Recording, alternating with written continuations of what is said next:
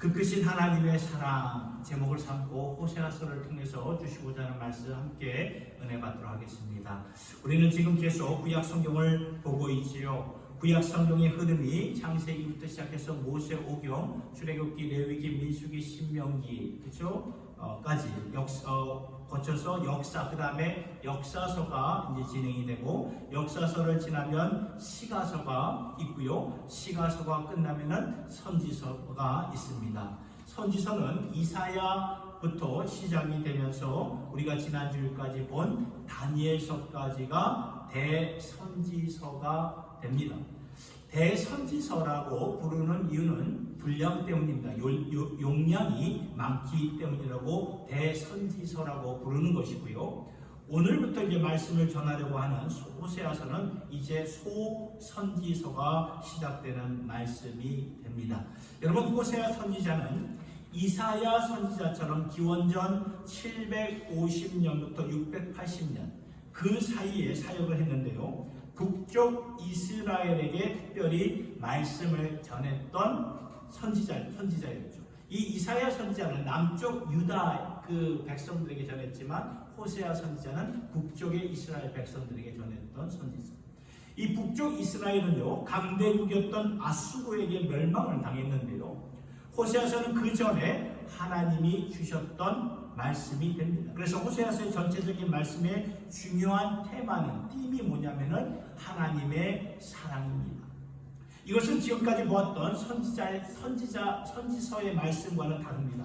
지금까지 우리가 보아왔던 대선지서의 말씀을 보면은 무거운 테마였습니다. 어두웠던 테마. 그럴 수밖에 없었던 것이 곧 이제 임하게 될 심판이 있었기 때문에 무거운 마음을 가지고 하나님의 말씀을 전했던 것이고요.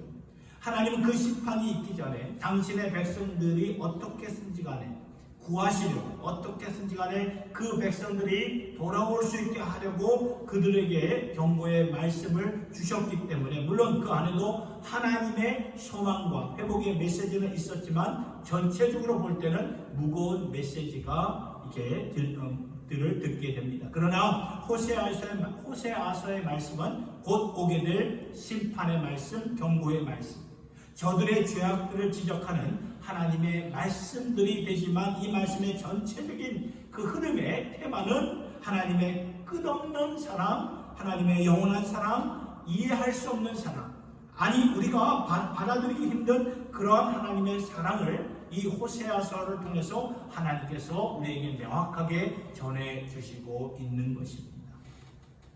그래서 저는 이 호세아 말씀 전체의 말씀을 전하면서 어디에서 이 본문의 말씀을 정하면 좋을까 묵상을 하다가 시작하는 이 호세아 첫 장 시작하는 말씀에서 선택하게 되었습니다. 여기에 하나님께서 호세아 전체를 통해서 주시고자 하는 말씀의 배경이 담겨 있기 때문이지요. 여러분, 이때 북쪽 이스라엘의 상황은 매우 혼란스러웠던 상황이었습니다. 그래서 우리가 열왕기하의 말씀을 보면 이때 불과 30년이 지나면서 북쪽 이스라엘의 왕들이 6번이나 바뀌어요. 30년 동안 6번이나 바뀝니다. 그것도 반역과 암살을 통해서 말입니다. 여러분, 남쪽 유다의 그 나라는요, 적어도 이 다윗의 자손들이 왕 위에 오르게 되었지만 북쪽의 이스라엘은요 달랐습니다. 북쪽 이스라엘은 반역하면서 암살하면서 떨어져 나갔기 때문에 피비린내 나는 끔찍한 역사가 진행이 되었던 것이지. 이것은 나라가 망하고 있는 그런 징조였습니다. 이때 하나님께서 호세아 선지자를 부르셔서 백성들에게 당신의 말씀을 전하게 하셨던 것이죠. 그런데 2절을 보면, 오늘 본문 2절을 볼까요? 2절을 보면은 이렇게 나와 있어요. 여호와께서 비로소 호세아에게 말씀하시니라. 여호와께서 호세아에게 이르되 너는 가서 음란한 아내를 취하여 음란한 자식들을 낳아 이 나라가 여호와를 따라 크게 행음하였느니라. 굉장히 충격적인 말씀이에요. 쇼킹한 그런 말씀을 하고 계시는데, 하나님이 호세아에게 너는 가서 음란한 여자를 아내로 맞이하라. 이 말을 있는 그대로 번역을 한다면은 창녀를 데리고 와서 아내로 맞이하라, 그 말이. 여러분, 이것이 얼마나 충격적인 말씀입니까? 여러분 그거 아시나요? 하나님이 때때로 선지자들에게 충격적인 샤킹한 말씀을 주셨습니다. 예를 들어서 이사야서의 말씀을 보면 이사야 선지자에게 하나님께서 이런 말씀을 하셨어요. 3년 동안 너는 벌거벗고 다니라. 3년 동안 너는 벌거벗고 다니라. 하나님의 선지자가 벌거벗고 다니라고. 왜냐하면 곧 심판이 임할 것이기 때문이죠. 심판을 통해서 너희들도 포로된 자들로서 다 그렇게 벌거벗고 잡혀가게 될 것이다. 이것을 미리 경고해 주셨던 말씀입니다. 하도 왜 그럴까요? 하도 백성들이 못 들어요. 못 들어. 하나님의 말씀을 전하는데 못 듣습니다. 아무리 말씀을 전해도 영적으로 둔해졌기 때문에, 여러분 둔해졌다는 것, 무뎌졌다는 것은 더 이상 느낄 수가 없다는 그 말 아닙니까? 기타를 치셨거나 바이올린을 연주 이렇게 하면은 처음에 이 손끝마디가 참 아프지요. 저도 기타를 쳐봐서 알지만 참 처음 배울 때 이 손끝마디가 참 아픕니다. 왜냐하면 이 줄을 만지면서 손끝에 그 연한 살갗이 굉장히 연해지기 때문에 아프고 물집도 생기고 또 이렇게 예민해지죠. 그런데 그걸 계속 하다 보면 어떻게 되죠? 이 손이 손끝이 굳어지죠. 굳은 살이 생기면서 아무런 어떤 아프지가 않는 거예요. 아무렇지가 않아요. 왜냐하면 무뎌졌기 때문이죠. 이처럼 하나님께서 아무리 말씀을 하셔도 처음에는 우리의 죄를 통해 처음에는 우리가 양심의 가책을 받고 찔림을 받게 돼요. 그런데요, 이것이 자꾸 우리가 죄 짓는 것이 되풀이되다 보면은 반복적으로는 어떠한 나의 삶의 패턴이 되면요, 나중에는 전혀 내 마음속에 양심의 가책이라는 것이 전혀 안 느껴진다. 못 느껴요. 왜냐하면 하나님을 떠났기 때문이죠. 그래서 아무리 말씀을 전해도 듣지를 못합니다. 의식을 못해요. 깨닫지를 못합니다. 그러니까 하나님께서는 선지자들을 통해서 그들의 삶 가운데 충격적인 이 말씀을 가지고, 샤킹한 말씀을 가지고 깨닫게 하시는 거예요. 왜 이런 말씀을 하시는 것일까요? 음란한 자 창녀를 데리고 와서 아내를 삼고 그리고 음란한 자식을 낳으라. 이것이 무슨 말씀인지 아십니까? 문자 그대로 번역을 한다면 음란한 아내를 통해서 자녀를 낳으면 그 자녀가 내 자녀인지 어떤 다른 사람의 자녀인지 모를 것이다. 그 말이에요. 그러니까 하나님께서 왜 이런 말씀을 하셨을까요? 이것이 호세 전체를 통해서 우리에게 전해주시는 말씀인데, 우선은 하나님과 우리의 관계가 어떠한 관계입니까? 남편과 아내의 관계입니다. 성경은 우리가 하나님의 백성, 언약의 백성이 되었다는 것을 종교로 설명하지 않고요, 관계, 릴레이션십으로 말씀해 주고 있어요. 관계, 우리가 예수 그리스도의 신부가 되었다는 그 말이지요. 그러니까 하나님은 언약의 관계를 통해서 하나가 되는, 남편과 아내가 되는 관계라고 말씀을 하셨습니다. 이것은 성경에서 너무나 많이 보여주는 은유죠. 은유. 메타포예요. 은유예요. 하나님은 신랑, 우리는 신부. 그렇죠? 영과 육이 조인되는 것입니다. 그렇게 우리가 하나님을 누리며, 신부로서 신랑을 누리며 신랑이 또 신부를 기뻐하며 누릴 수 있는 관계로 맺어진 것인데, 내 백성이 음란하여, 무슨 말입니까? 관계를 깨뜨려버렸다, 박살내버렸다, 그 말이에요. 관계가 깨졌어요. 하나님과 하나 된 백성이고 하나님의 신부가 된 백성인데 세상과 하나가 되었다라는 그 말입니다. 그러니까 하나님이 계셔야 되는 그 자리에 세상 것들로 대처한다는 그 말이지. 그 세상 것들이라는 것이 무엇일까요? 잘 생각해 보면 나의 자녀가 될 수가 있고, 또한 돈이 될 수가 있고, 명예가 될 수가 있고, 권력이 될 수가 있고 등등 많이 있습니다. 하나님보다 그 다른 것들을 더 사랑하는 것들이 다 이렇게 세상과 하나가 되는 그런 모습이 아닙니까? 여러분, 온 천지 만물을 창조하신 하나님이 우리를 구원하셔서 예수 안에서 우리를 당신의 자녀로, 신부로 삼아주셨는데, 그렇다면 우리가 신랑으로 모셔야 되는 하나님의 그 자리를 세상의 것으로, 세상의 트렌드로, 세상의 세습적인 삶으로 대신할 때, 하나님이 보실 때 그것은 언약을 깨트린 것이다. 그래서 음란한 이 백성들이 음란한 백성이 되었다라고 말씀을 하시는 것입니다. 자, 그런데 하나님께서 호세아 입장에서 자신을 보여주시기 위하여 음란한 아내를 맞이하는 상징적인 모습을 보여주신 것입니다. 나중에 음란한 아내 고멜이 자녀를 낳고 남편을 떠나게 되죠. 그런데 호세아 3장 2절의 말씀을 보니까 하나님께서 호세아에게 뭐라고 말합니까? 이 말씀을 보면 너는 너의 아내를 추적하라, 체시하라, 따라가라, 그리고 그를 사와라, 돈을 주고 사오라고 말합니다. 왜 사오라고 말씀하셨냐 하면은 여러분, 몸을 파는 여인들은 포주 밑에 있게 되죠. 그러니까 은을 가져다가 그 내 아내를 사오라. 그러면서 하나님이 무슨 말씀을 하셨는가 하면은 이것이 나의 마음이다, 이것이 나의 심정이다. 그리고 호세아서 2장 19절부터 20절의 말씀을 보면 이런 말씀을 하셨습니다.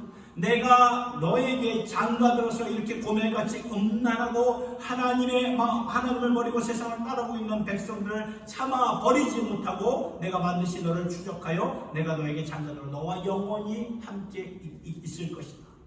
이런 말씀을 하셨는데 대단한 말씀이에요. 그러니까 호세아의 메시지는요, 호세아가 하나님의 말씀과 그 계시를 통해서 지금 하나님의 심정, 그 마음을 계속 알려주시는 것이 이 말씀 전체의 흐름인데요.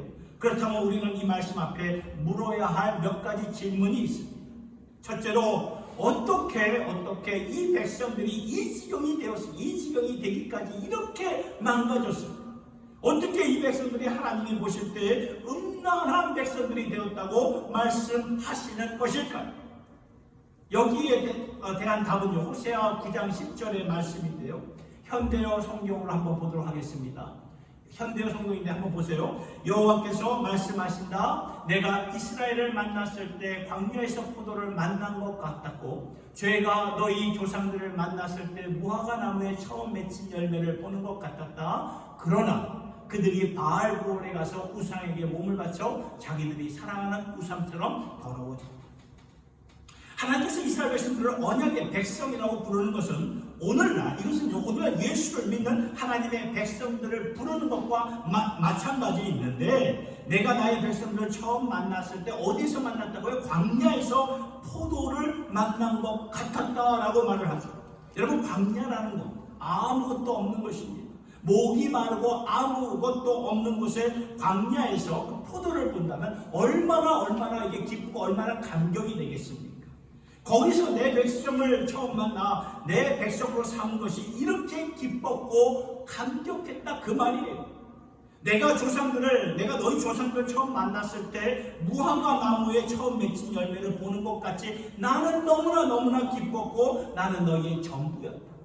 그런데 그들의 조상들을 거쳐 너희들도 지금 바알부올이 무엇이냐면은 바알의 신들이 그 당시에 여러 지역에 흩어져 있었기 때문에 부올 지역의 바알 또는 갓 지역의 바알, 헷 지역의 바알, 이러한 식으로 믿었던 것인데 그 우상들에게 몸을 바쳐서 자기들이 사랑하는 우상처럼 더러워졌다, 그 말씀입니다.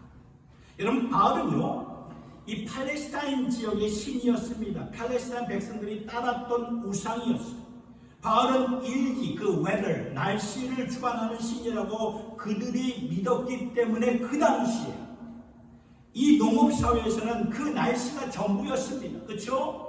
그래서 바알을 잘 모셔야 비도 적당하게 내려줄 것이고 해도 비춰주실 것이고 그래야 우리에게 비옥한 땅을 내주실 것이고, 그래서 바알을 섬기는 것이 그들에게는 생명과도 같았던 것이에요. 그래서 저들이 비옥한 땅을 만들기 위해서 세운 신당의 템플에 여창녀 남창기들을 거기에 세워가지고 바알 신을 섬기러 오는 자들이 제사를 드릴 때 창기들과 관계를 갖죠.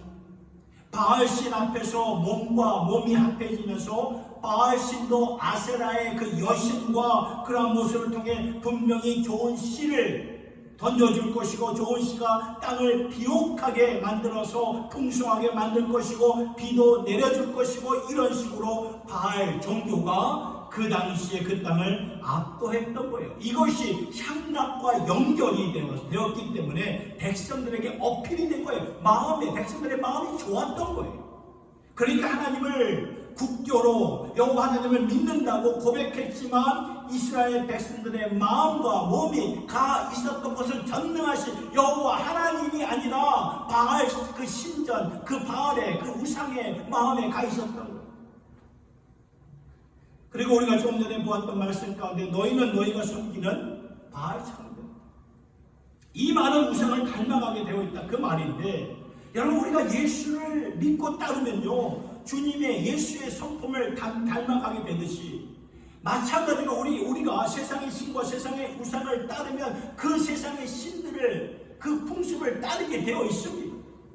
여러분 오늘 이 세계 지도를 펴고요 그 이슬람 종교나 불교를 가진 나라들을 보면 저들에게는 고유의 문화가 있는 거 아십니까?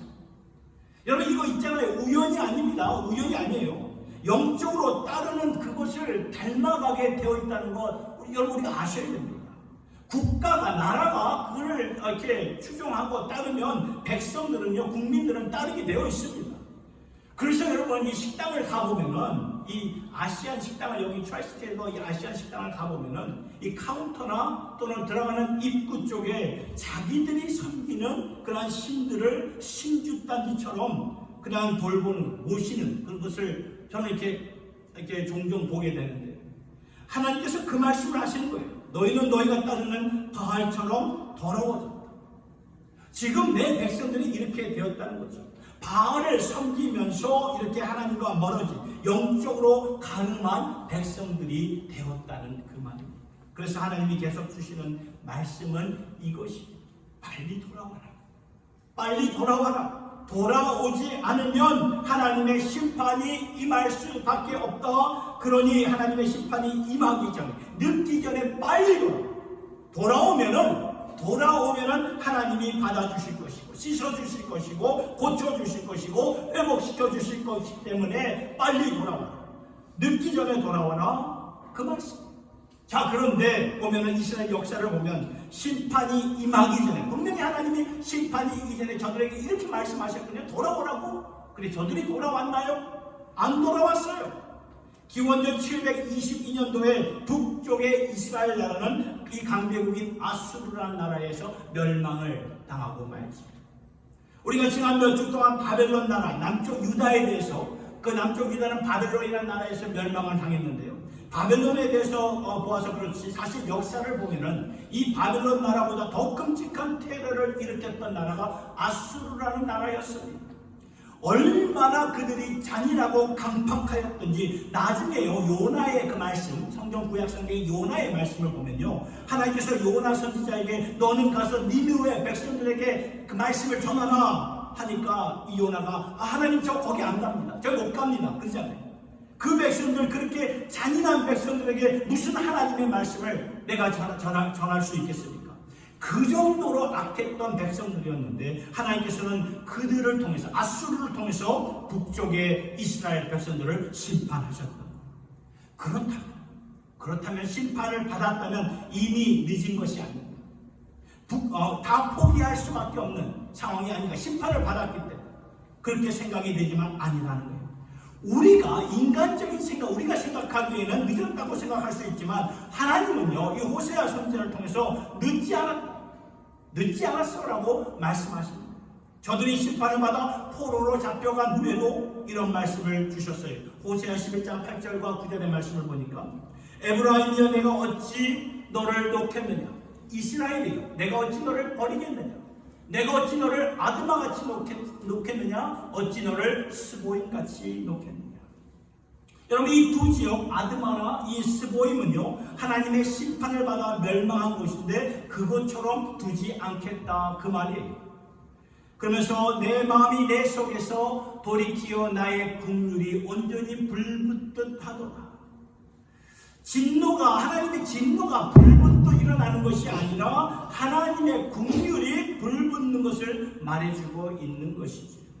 9절의 말씀을 볼까요? 내가 나의 맹렬한 진노를 나타내지 아니하며 내가 다시는 에브라임을 말하지 아니하리니 이는 내가 하나님이요 사람이 아님이라 내 가운데 있는 거룩한 이니 진노함으로 내게 임하지 아니하리라. 내 안에는 진노가 아니라 긍휼함이 불타고 있다. 내가 어찌 너를 잊을 수 있겠느냐. 이미 늦었구나. 그렇게 그러한 상황 속에서도 하나님은 뭐라고 말씀하십니까? 늦지 않았다. 돌아와라. 돌아와라. 이것을 깨달은, 이 뒤늦게 깨달은 그 이스라엘 백성들이 하나님 앞에 이러한 고백을 합니다. 우리가 잘 아는 말씀이에요. 호세아 6장 1절부터 2절의 말씀 같이 한번 읽어볼까요? 시작. 오라 우리가 여호와께로 돌아가자. 여호와께서 우리를 찢으셨으나 도로 낫게 하실 것이요 우리를 치셨으나 싸매어 주실 것입니다.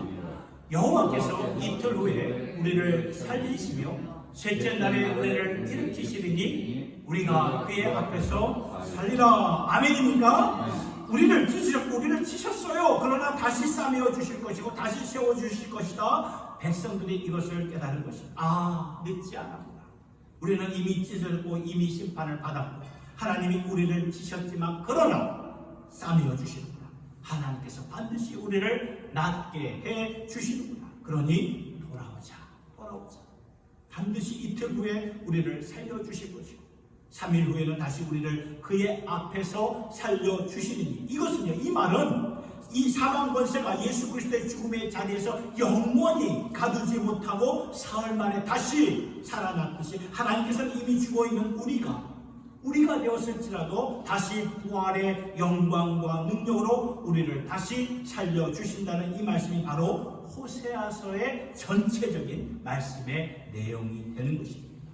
그렇다면 이 말씀 앞에서 우리는 세 가지를 인식하며 살아가야 됩니다. 여러분 이거 잘 기억하시고 살아갈 수 있길 바랍니다. 첫째는요, 죄에는 결과가 있다는 것입니다. 이거 우리가 분명하게 자각하면서 살아가셔야 됩니다. 죄에는 결과가 따릅니다. 죄에는 결과가 따르기 때문에 우리가 죄를 가볍게, 라이트하게 보면은 안 된다는 거죠. 죄라는 것은 하나님의 가슴을 무너뜨리는 것이죠. 죄는 하나님과 우리의 관계를 데미지하게 만들고 손상시키고 만들고 맙니다.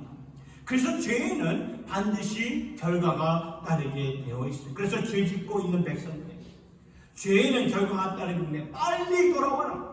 그 길에서 돌이켜야 된다. 그래야 산다. 죄악의 길에 가면 너는 죽는다. 너도 죽고 자식도 죽고 나라도 죽고 다 디스토리가 된다. 멸망하게 된다. 그러기 전에 빨리 돌아온다. 죄의 결과가 있는 것이라고 분명히 말씀하고 있는 거예요. 요새 우리는 나라를 품고 기도하고 있습니다. 왜냐하면 나라가 힘들어질 때 하나님의 백성들이 기도해야 합니다.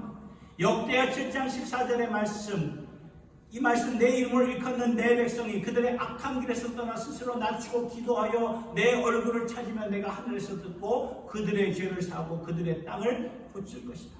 그래서 우리는 이때 회개하면서 나 자신부터 회개하면서 주님의 얼굴을 찾아야 돼요.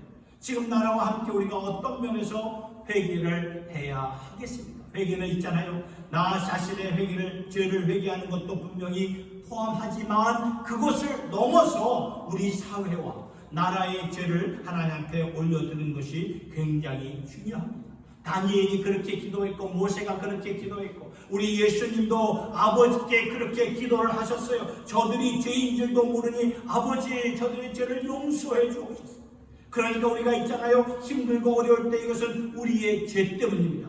우리 자신을 비롯해서 우리 조상들의 죄, 우리 자손들의 죄를 하나님 앞에 올려드려야 되는 거예요. 이것이 중보 기도자의 사명이라는 거예요.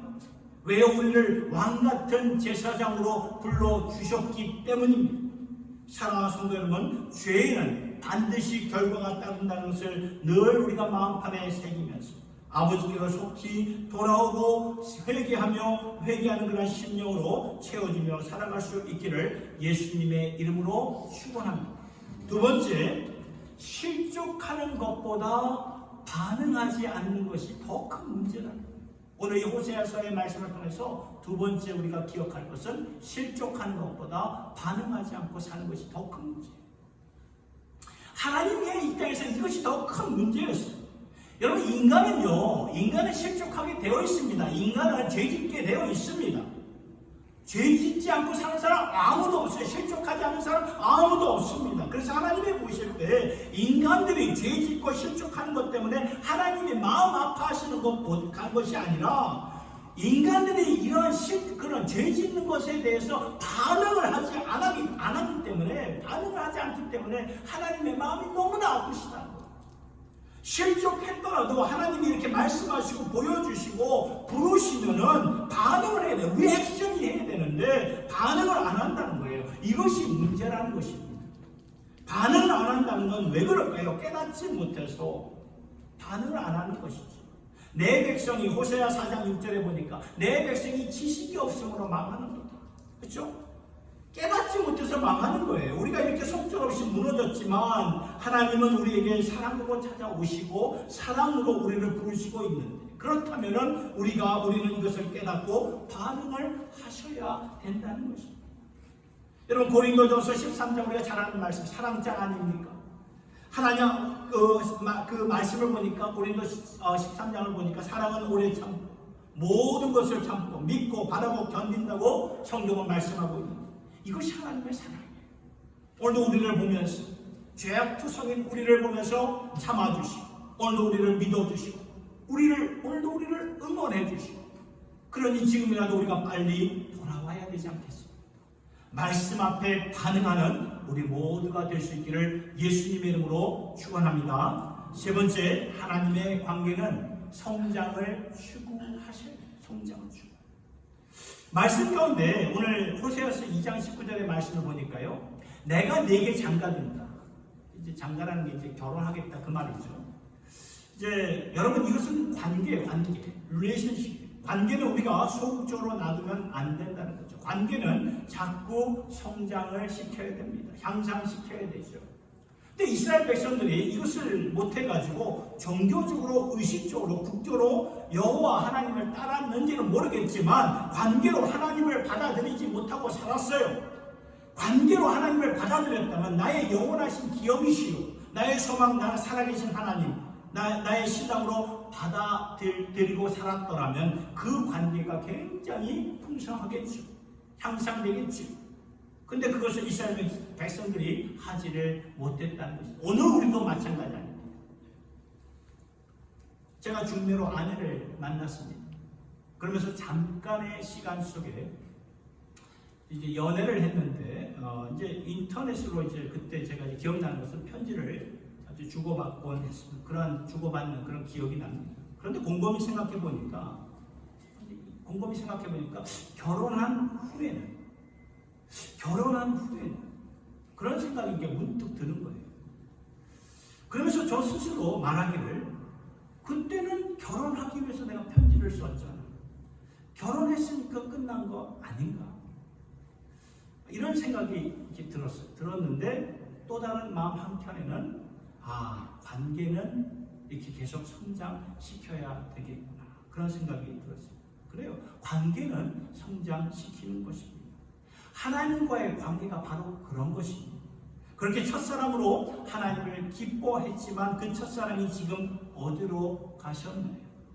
여러분, 첫사랑이 어디로 갔는지, 왜 찾을 수가 없는지 아시나요? 관계가 식었기 때문입니다. 관계가 소극적이었기 때문입니다. 관계를 적극적으로 하면은 첫사랑에서 계속 자라면서 누리게 되지요. 그런데 우리가 주님과의 관계 별로 신경을 쓰지 않고 살아가기 때문이죠. 찬양에 이런 가사가 있어요. 주님을 사랑하는 이 기쁨과 즐거움을 빼앗기지 않게 하소서. 이것만큼은 빼앗기지 않게 하소서. 그러니까 주님의 사랑이 있잖아요. 거저 주신 주님의 이 크신 사랑, 우리는요 이것을 아무렇지 않게 생각하면서 살아가는 경향이 너무나 많다는 거예요. 그 소극적으로 생각합니다. 아니라는 거예요. 아니에요. 이 사랑을 주시기 위해서 주님이 어떤 일을 행하셨나요? 십자가에 달려 못 박혀 죽으셨어요. 하나님께서 피 흘리시고 그 사랑을 다 이루셨어요. 그리고 우리를 당신의 신부 삼아 주셨습니다. 여전히 실족하고 더럽고 추하고 죄투성인 우리를 계속 받아주시고 있습니다.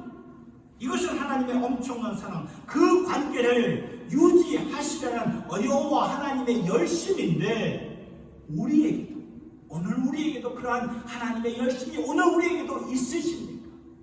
이 관계를 우리가 유지하지를 않으면요, 이 관계는 쉽게 말해 무뎌질 것이고 우리도 언젠가 이 북쪽의 이스라엘 백성들처럼 그렇게 되고 말 것이라는 것입니다. 그러니까 빨리 주님께로 돌아가서 그 주님과의 관계를 귀하게 여기고 지금부터 우리가 시간과 노력과 은사와 달란트 주를 위해서 드리는 존귀한 주님의 권속들이 될 수 있기를 예수님의 이름으로 축원합니다. 그리하여서 주님 내게 말씀하실 때 이 모든 것보다 나를 더 사랑하느냐? 예 주님, 내가 주님을 더 사랑합니다. 이러한 고백으로 충만하여 앞으로 갈수록 이전보다 더욱더 주님을 사랑하는 우리 모두가 될 수 있기를 예수님의 이름으로 축원합니다. 기도하겠습니다. 오늘도 놀라운 사랑으로 역사하시는 하나님 아버지, 우리를 창조하시고 우리를 구원하시고 그리고 이제는 자신의 영으로 우리와 함께 동행하시는 성령 하나님을 모시며 누리며 살 수 있는 저희들 모두 되기를 간절히 원하옵나이다. 지금이라도 늦지 않았습니다. 하나님, 실족이 문제가 아니라 반응하지 않는 것이 문제라고 주님 말씀하셨습니다. 이 말씀에 의지하여 저희들 오늘 반응하며 포기하지 말고 죄 가운데 있을지라도 늦었다고 생각하지 말고 오늘 주님께로 돌아오는 그 끊임없는 주님의 그 크신 사랑으로 돌아올 수 있는 주님의 권속들 모두가 되게 하여 주시옵소서. 사랑은 영원하고 사랑은 반드시 이긴다고 말씀하셨습니다.